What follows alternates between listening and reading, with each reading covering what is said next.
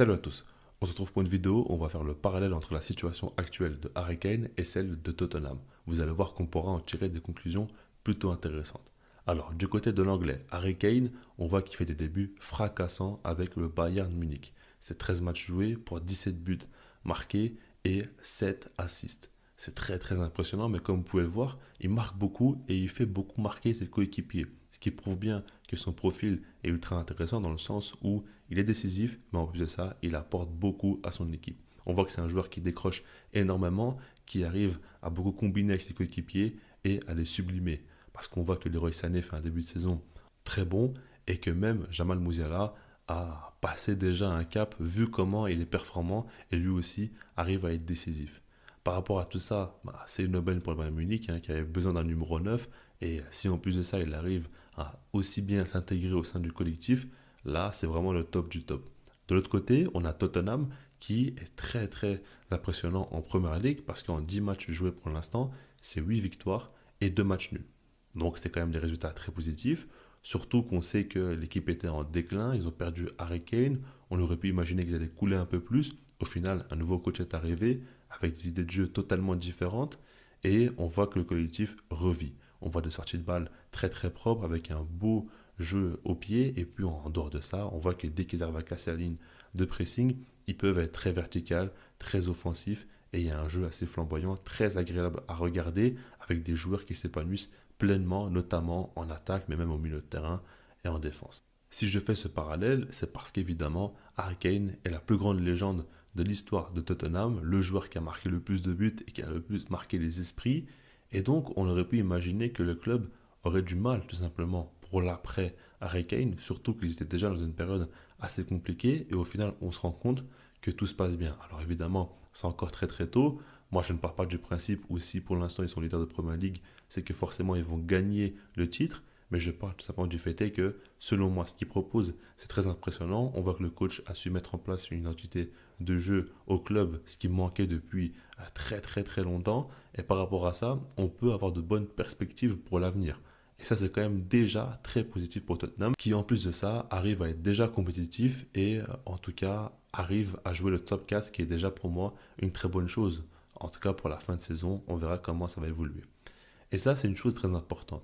On voit beaucoup de clubs où à chaque fois il y a un joueur qui sort un petit peu du lot, qui soit devient plus grand que le club en question, soit qui est vraiment bien plus performant que ses coéquipiers. Et ça peut vite créer une dépendance.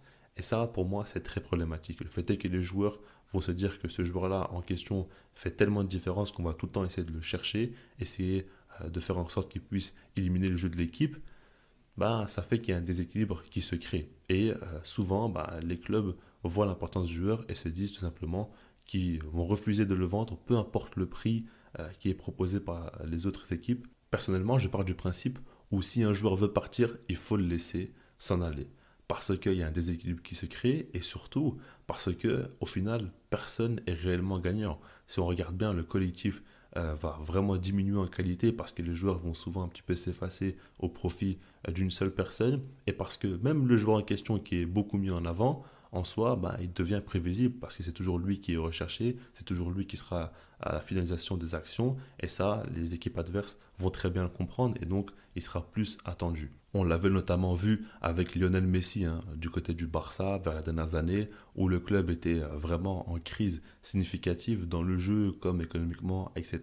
Et ça faisait que Lionel Messi devait constamment être le sauveur de l'équipe, devait constamment faire des miracles et marquer des buts, faire marquer ses coéquipiers et tout le jeu tournait autour de lui. Alors oui, c'est un immense joueur, mais il y a des limites, il y a des choses quand même qui ne sont pas forcément faisables et il faut quand même une certaine symbiose au sein de l'équipe et d'autres joueurs qui prennent vraiment leurs responsabilités en main. En plus de ça, il n'y a pas forcément que Tottenham qui a réussi à faire cela. Parce que quand on regarde au Paris Saint-Germain, justement, il y a Lionel Messi et Neymar qui sont partis, deux joueurs sensationnels, je ne vais pas vous le présenter, vous savez très bien qu'ils peuvent faire de grandes, grandes différences sur un terrain de football. Et pourtant, le collectif se porte mieux à l'heure actuelle. Parce que dans un premier temps, Messi et Neymar n'avaient pas un degré d'implication qui était maximal. Et parce que aussi, Luis Enrique a su mettre ses idées de jeu en place avec des joueurs qui l'écoutent et ça, c'est une grande, grande différence. Et par rapport à ça, ça favorise le Paris Saint-Germain et ça montre encore une fois que si un joueur veut partir, il faut le laisser et surtout qu'il n'y a pas de joueur au-dessus d'un club.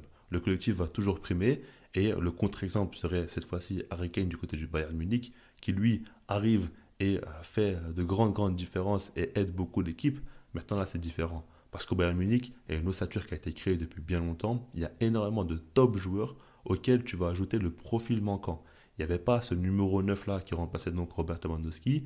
Là, Harry Kane est arrivé et c'est lui qui fait la différence, mais parce qu'autour de lui, il y a tout ce qu'il faut aussi pour qu'il fasse la différence. Et au final, pour l'instant, Harry Kane aide beaucoup le Bayern Munich parce qu'en soi, cette équipe-là dans le jeu, elle n'est pas toujours au top du top, mais l'anglais marque tellement, est tellement décisif, elle arrive tellement à trouver ses coéquipiers dans les meilleures conditions qu'on voit que l'équipe arrive à avoir de bons résultats malgré tout et à être très compétitive.